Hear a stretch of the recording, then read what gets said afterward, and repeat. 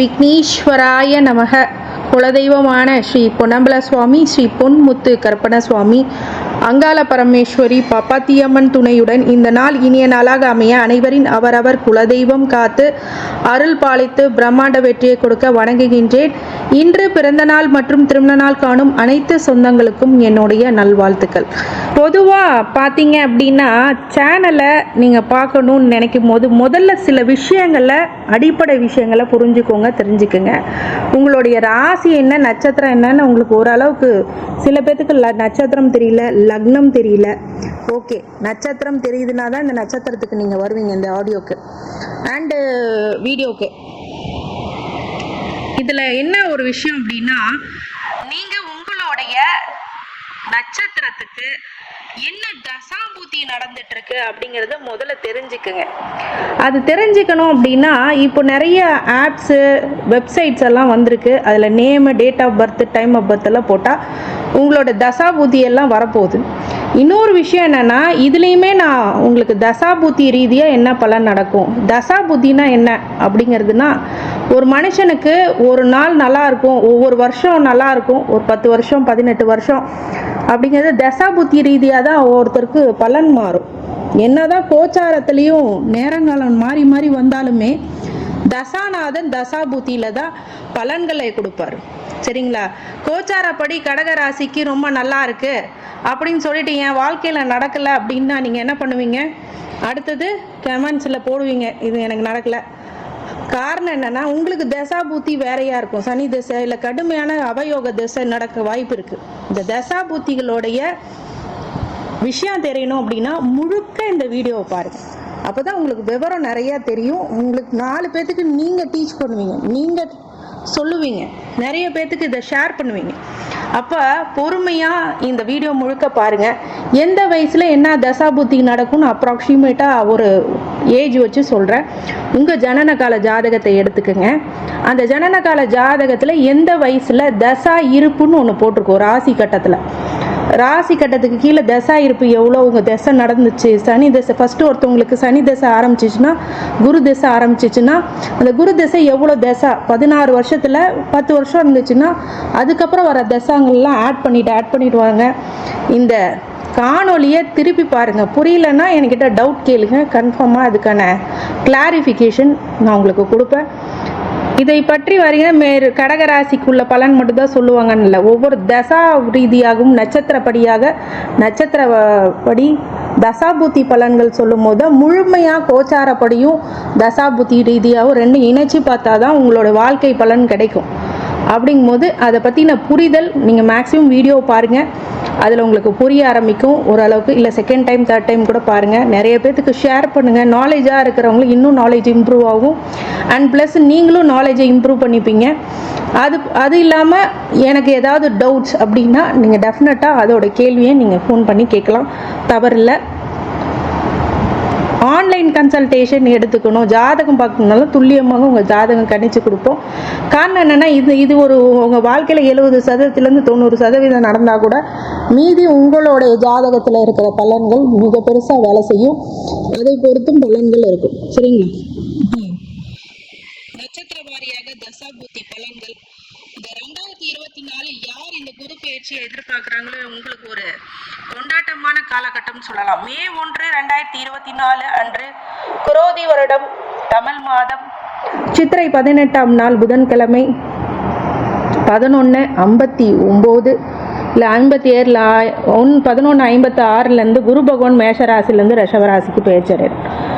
கடகத்திற்கு லாப குருவாக ராசிக்கே வருகிறார். கடகராசி ஆயிலை நட்சத்திரம், இது புதனுடைய நட்சத்திரம். மொத்த தசாபுத்தி காலங்கள் 17 வருடம். உங்களுடைய ஜனன கால ஜாதகத்தை எடுத்துக்கோங்க. இப்போ புதன் திசை உங்களுக்கு தசா இருப்பு எவ்வளோ இருக்குது அப்படின்னு ராசி கட்டத்துக்கு கீழே தசா இருப்புன்னு ஒரு எழுதியிருக்கும். அந்த தசா இருப்பில் எத்தனை வருஷம் இருக்குது? 17 வருஷம் புதன் திசைன்னா ஒருத்தவங்களுக்கு 10 வருஷம் 9 வருஷம்னா ஒவ்வொருத்தருக்கும் ஒவ்வொரு வருஷம் வரும். அது ஒரு அப்ராக்சிமேட் கால்குலேஷனுக்கு எடுத்துக்கோங்க. ஒரு 10 வருஷம்னா கேது தசை அடுத்தது 7 வருஷம், இந்த 10 + 7 எடுத்துக்கோங்க. ஆனால் என்னுடைய கால்குலேஷனுக்கு நான் ஒரு 15 வருஷம் எடுத்துக்கிறேன். கேது திசை ஒரு 7 வருஷம். மொத்தம் 22 வயசுக்குள்ளே உங்களுக்கு என்ன மாதிரி பலன் நடக்கும் அப்படின்னா, முதல்ல 10ஆம் இடத்துலேருந்து ஜீவனகாரகத்திலேருந்து 11ஆம் இடத்துல லாபஸ்தானத்தில் வர்றது மிகப்பெரிய யோகம். யாருக்கு கொண்டாட்டமோ இல்லையோ குரு பெயர்ச்சியில் உங்களுக்கு கொண்டாட்டமான காலகட்டம். உங்களுடைய லைஃப் ஸ்டைலே அப்படியே மாறப்போகுது அப்படிங்கிறது தான் சொல்லணும். இந்த லைஃப் ஸ்டைல் எப்படி மாறும் அப்படின்னு கேட்டிங்கன்னா, புதன் அப்படிங்கிறவர் என்ன கொடுப்பார்? படிப்பை கொடுப்பார். படிப்பை நல்லா கொடுப்பார். குருவும் உங்களுக்கு வராரு 11 லாபத்தை கொடுக்கறதுனால இந்த காலகட்டத்தில் நல்லா படிப்பீங்க, நிறைய மார்க் ஸ்கோர் பண்ணுவீங்க. உத்தியோகத்தில் இருக்கிறவங்களுக்கு நல்ல ப்ரொமோஷன்ஸ் கிடைக்கும். நல்ல ஒரு வேலை கிடைக்காதவங்களுக்கு ஒரு நல்ல வேலை கிடைக்கும். ஐயோ இந்த வேலையெல்லாம் நம்மளுக்கு கிடைக்குமா அப்படின்னு யோசிக்கவே முடியாத ஒரு நல்ல இடத்துக்கு போவீங்க. இந்த காலகட்டத்தில் அப்படி நடக்கும். நிறைய பேர்த்துக்கு எங்கெங்க லாபம், பிரச்சனை இல்லாமல் இருந்தால் சரிங்க அப்படின்னு நினைக்கிறவங்களுக்கு இந்த காலகட்டம் உங்களுக்கு ஒரு மிராக்கிளை ஃபார்ம் பண்ணும். ஒரு அதிசயமிக்க அற்புதமிக்க ஒரு டர்னிங் பாயிண்ட் உங்களுக்கு கொடுக்கும். நீங்களே சொல்லுவீங்க, இப்போ 11ஆம் இடத்துக்கு குரு வரும்போது என்ன பண்ணுவார்னா அதிகமான லாபத்தை கொடுப்பார். ஏன்னா அவர் தான் காசுக்கு அதிபதி. குரு தான் நீங்கள் சம்பாதிக்கக்கூடிய விஷயங்கள் குரு தான் ஸ்ட்ராங்காக இருக்கணும். குரு 11ஆம் இடத்துக்கு வரும்போது லாபத்தை தொழில் நடத்துகிறவங்க பிஸ்னஸ்க்கு இப்போ நீங்கள் போட்ட எஃபர்ட்ஸுக்கெல்லாம் இப்போ தான் பலன் அதிகமாக கிடைக்க போகுது. கேது திசை அப்படிதான் நல்ல மாற்றத்தை கொடுக்கும், நல்ல விஷயத்தை உங்களுக்கு அள்ளி கொடுக்கும். கேது திசையில் நிறைய பேருக்கு ஒரு சில உடல்நிலையில் தொந்தரவு இருந்தாலும், மனசு சார்ந்த சில பிரச்சனைகள் அலோனாக இருந்தாலும் நல்ல பிராப்தத்தை கொடுக்கக்கூடிய விஷயமாக அமையும். குரு கேதுவை பார்க்குறார் அப்படிங்கும்போது நன்மையை கொடுப்பார். அதாவது கன்னி வீட்டை பார்க்குறாரு அப்படிங்கிறதுனால கேதுக்கு நல்லது தான் கொடுப்பார். இது ஆன்மீக சார்ந்த விஷயங்கள்ல நல்ல முன்னேற்றங்கள் கண்டிப்பாக உண்டு. நிறைய பேர் கோயில் குளத்துக்குலாம் இப்போ நிறையா போவீங்க, நிறைய திருத்தலத்துக்கு போவீங்க. இதுதான் உண்மையான விஷயம். அதே மாதிரி இந்த கடகராசிக்கு புதன் கேது ரெண்டுமே மிகப்பெரிய நல்ல யோகத்தை கொடுக்கும். கேது திசை 7 வருடங்கள் இருந்தாலும் அந்த கேது திசையில தான் நீங்க யாருன்னு புரிஞ்சுக்கணும். அந்த மாதிரி தசா கிளம்பி உன்னை அறிந்தால் நீ உன்னை அறிந்தால் உலகத்தை போராடலாம். பழைய சாங்க போட்டு சொல்றீங்க அப்படின்றீங்க, எனக்கு புரியுது. இருந்தாலும் நம்மளை பத்தி நம்மளே உணர்ந்தா இந்த உலகத்தை என்னென்ன விஷயத்த பண்ணலாம் அப்படிங்கிறது நம்மளுக்கு ஒரு புரிதல் கிடைக்கும். அந்த புரிதல் கேது திசை பண்ணும். கேது திசை உங்களுக்கு அறிவைக்கும் ஞானத்தையும் கொடுக்கும். ஏன் கொடுக்குதுன்னு அறிவிங்கன்னா, அடுத்து வர சுக்கிர திசையை எப்படி அனுபவிக்க போறீங்க, அந்த நாலேஜை வச்சு தான் நீங்கள் அடுத்த லெவலுக்கு போக முடியும் அப்படிங்கிறது இந்த காலகட்டத்தில் இருக்கும். தைரியமாக முடிவெடுப்பீங்க எல்லாத்தையும். அந்த மாதிரி புது முயற்சிகள் எடுப்பீங்க. இந்த மாதிரி நிறைய விஷயங்கள் எடுக்கும்போது ஜெயத்தை கொடுக்கும். சில சுக்கிர திசை 22 வயசுலேருந்து 42 வயசு வரைக்கும் புத்திர பாக்கியமே இல்லாதவங்களுக்கு இப்போ புத்திர யோகம் கிடைக்கும். நிறைய பேருக்கு திருமணம் நடக்கும், நல்ல விசேஷம் நடக்கும். பெண்களுக்கு கொண்டாட்டம், அது மாற்று கருத்துக்கே இடம் இல்லை. அப்புறம் பெண்கள் நல்லா இருந்தான்னா ஆண்களுக்கு சொல்லவே வேண்டாம். அவங்க நிம்மதி, அவங்க சந்தோஷமாக இருந்தால் இவங்களுக்கு நிம்மதி தான். அப்படிங்கும் போது அந்த அடிப்படையில் பார்த்தீங்கன்னா இது ஒரு கொண்டாட்டமான காலகட்டம், உங்களுடைய ஃபேவரான பீரியட்னு சொல்லலாம். குழந்தை பிராப்தமே இல்லாதவங்களுக்கு இப்போ குழந்தை பிராப்தம் கண்டிப்பாக உண்டு. ரெட்டை குழந்தைகள் பிறக்கக்கூடிய பிராப்தமும் இருக்குது சில பேர்த்துக்கு. ஐவிஎஃப் ஃபெர்டிலிட்டி வேலையே செய்யலைங்க, ஃபெர்டிலிட்டி ட்ரீட்மெண்ட்லாம் எடுத்தேங்க, வேலை செய்யலை, இப்போ வேலை செய்யும். நிறைய பேருக்கு ட்ரீட்மெண்ட்டு, லேசிக் ட்ரீட்மெண்ட், கண் சார்ந்த சம்மந்தப்பட்ட பிரச்சனைகள்லாம் இப்போ நிவர்த்தி ஆகும். இளைய சகோதர வழியில் பிரச்சனைகள் இருந்தால் இப்போ சரியாகும். தொடர் முயற்சி தோல்வியில் இருக்குங்க அப்படின்னா இந்த முயற்சிகளுக்கான வெற்றி இப்போ கிடைக்கும். ஜெயத்தை கொடுப்பார் கண்டிப்பாக குரு. அந்த பார்க்குற இடம் தானே பலம் அதிகம் அப்படிங்கும்போது அது கொடுப்பார். பார்ட்னர்ஷிப்பில் பிஸ்னஸ் பார்ட்னரில் பிரச்சனைங்க, இப்போ பிஸ்னஸ் பார்ட்னரால் மிகப்பெரிய லாபம் கிடைக்கும். லைஃப் பார்ட்னர்னால சொத்து கிடைக்கும். நிறைய பேர் ஹஸ்பண்ட் அண்ட் ஒய்ஃபுக்குலாம் இப்போ சொத்து சேர்க்கை நடக்கும். வீடு மனை வாசல்லாம் வாங்குவீங்க, அசால்ட்டாக இருக்கும். இப்போ காரு பங்களா எல்லாமே அசால்ட்டாக வாங்கிடுவீங்க. இந்த மாதிரி சுக்கிர திசை ஒரு அடி தூளான ஒரு தசை அப்படின்னு சொல்லலாம். அடுத்தது சூரிய திசை 42 வயசுலேருந்து 48 வயசு. இந்த காலகட்டத்தில் கவர்மெண்ட் சார்ந்த விஷயங்கள்ல நல்ல ப்ரொமோஷன்ஸ் ஆக்டிவிட்டிஸ் நடக்கும். பொதுமக்களுக்காக இருந்தீங்க அப்படின்னா உங்களுக்கு ஏதாவது ஒரு அரசாங்க வழியில உதவிகள் கிடைக்கும். அதுக்கப்புறம் சூரிய திசைங்கிறது லீடர்ஷிப் குவாலிட்டி இப்போ அதிகமாகும். நம்மளால ப்ரொமோஷனுக்கு, ஹை ப்ரொமோஷனுக்கு வெயிட் பண்ணிட்டு இருக்காங்க, உங்களுக்கு சூப்பரான ஸ்டேட்டஸ் கிடைக்கும். அந்த மாதிரி ரேங்கிங்கில் இருப்பீங்க. சாதாரண எக்ஸிக்யூட்டிவ் இன்ஜினியரிங்காக இருந்தேன், சிஓ ஆவீங்க. அந்த மாதிரி ஒரு நல்ல பிராப்தமான காலகட்டம் அப்படின்னு சூரிய திசையை சொல்லும். உங்கள் லீடர்ஷிப் குவாலிட்டி இன்னும் ஸ்ட்ராங் ஆகும். ஆனால் சூரியன் உங்கள் ஜாதகத்தில் அசுப கிரகத்தோடு இல்லாமலும், சூரியன் உங்களை நட்பு இடத்துல இல்லாமல் சூரிய காரகத்துவம் கெட்டு போனால் தான் ப்ராப்ளம் இந்த திசை. அதனால் இந்த சூரிய திசையில் ஒன்றும் பெரிய இது இருக்காது. ஆனால் ஒரே ஒரு விஷயம், அஷ்டம சனி இருக்கிறதுனால சூரிய திசை கொஞ்சம் பாதகத்தையும் கொடுக்கும், மைனஸையும் கொடுக்கும். சந்திர திசை 48 வயசுலேருந்து 58 வயசு வரைக்கும். இந்த திசையும் பார்த்தீங்க அப்படின்னா ராசியாதிபதி திசை நல்லது தான் கொடுக்கும். ஆனால் ப்ளஸ் ஆர் மைனஸ் போடும்போது அஷ்டம சனி சந்திர திசைக்கு ஆகாத ஒன்று. அப்படிங்கிறதுனால ஒரு 1.5 வருட காலங்கள் இந்த காலகட்டத்தில் குரு பெயர்ச்சி நல்லது பண்ணால் கூட ஒரு சில தங்கு தடைகள் அப்படிங்கிறது இருக்கும். ஆனால் நீங்கள் நினைக்கிற ஃபேவரான வீடு, மனை, வாசல், வண்டி, வாகனம், ஆடை, ஆபரணங்கள் எல்லாம் சேர்ப்பீங்க. ஆனால் ஏதோ ஒரு மனக்குறைய பிரச்சனையை கண்டிப்பாக கொடுப்பார். ஆனால் குரு அதை தடுப்பார். குரு கொஞ்சம் அள்ளி கொடுப்பார். இந்த பக்கம் இவர் ட்ராக் போடுவார், அவர் அந்த பக்கம் ட்ராக் போடுவார். ஆனால் குரு கொடுக்கும்போது இன்னும் கொஞ்சம் நல்லா சுபிச்சது கூட. ஒரு பக்கம் அவங்க கைவிட்டாலும் ஒரு பக்கம் கையை பிடிச்சி ஸ்ட்ராங்காக நிற்பார் குரு. அதனால் சந்திரன் நல்லபடியான வேலை செய்யும். செவ்வாய் தசை 58 வயசுலேருந்து 65. இந்த காலகட்டத்தில் செவ்வாய் திசையில் அஷ்டம சனியும் நடக்கக்கூடாது. ஆனாலும் உங்களுக்கு நல்ல ராஜயோகாதிபதி தான். பெரிய பாதிப்புகள் கொடுக்கும். ஆனால் நோயை கொடுத்து அறுவை சிகிச்சையை கொடுக்கும், ஒரு சில அறுவை சிகிச்சை பிரச்சனைகளை கொடுக்கும். அதனால் உணவு விஷயத்தில் ஜாக்கிரதையாக இருங்க. உடலை நல்லா பார்த்துக்கோங்க. வண்டி வாகனத்தில் கவனமாக இருங்க. இரவு நேர பயணங்களை தவிர்த்துருங்க.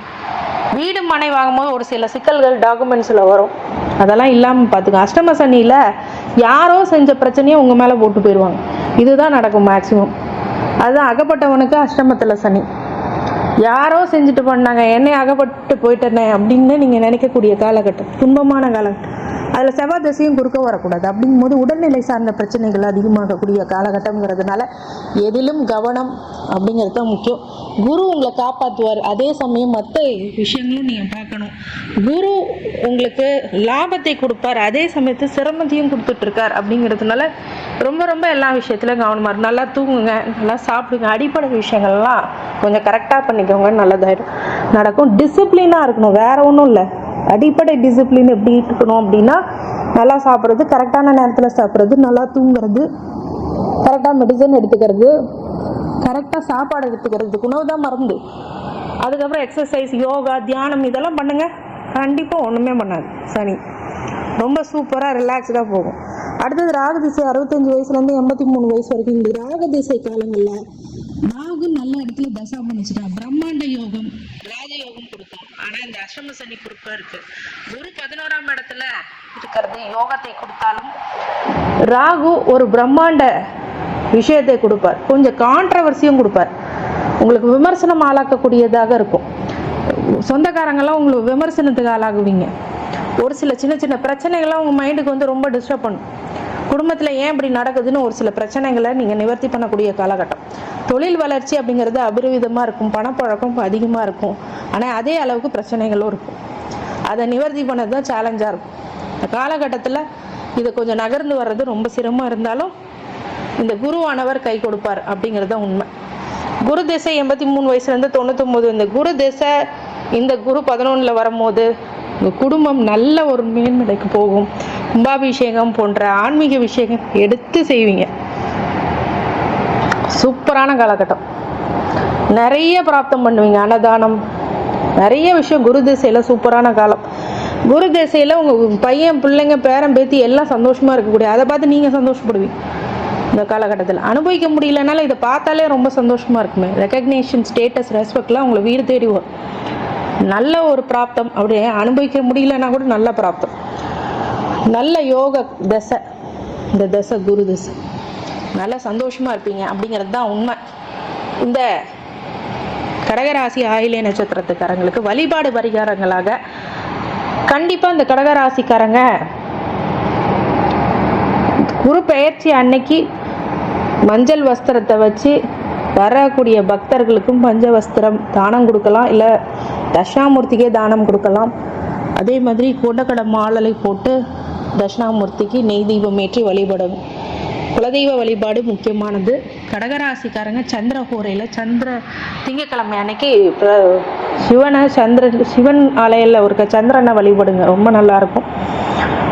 மிகப்பெரிய மாற்றத்தை முன்னேற்றத்தை நோக்கி சென்று கொண்டிருக்க நீங்கள் ரொம்ப மிகப்பெரிய வெற்றியை காண கடவுளை பிரார்த்திக்கின்றேன். இந்த கடகராசி ஆயில நட்சத்திரக்காரங்களுக்கு அனைத்து ஐஸ்வர்யங்களும் சகல சௌபாக்கியங்களும் மன நிம்மதியும் ஆரோக்கியத்தையும் கொடுக்க வேண்டும் என்று என் பெருமான் மகா ஈஸ்வரனை வேண்டி வணங்குகின்றேன். வாழ்க வளமுடன். திருச்சிற்றம்பலம்.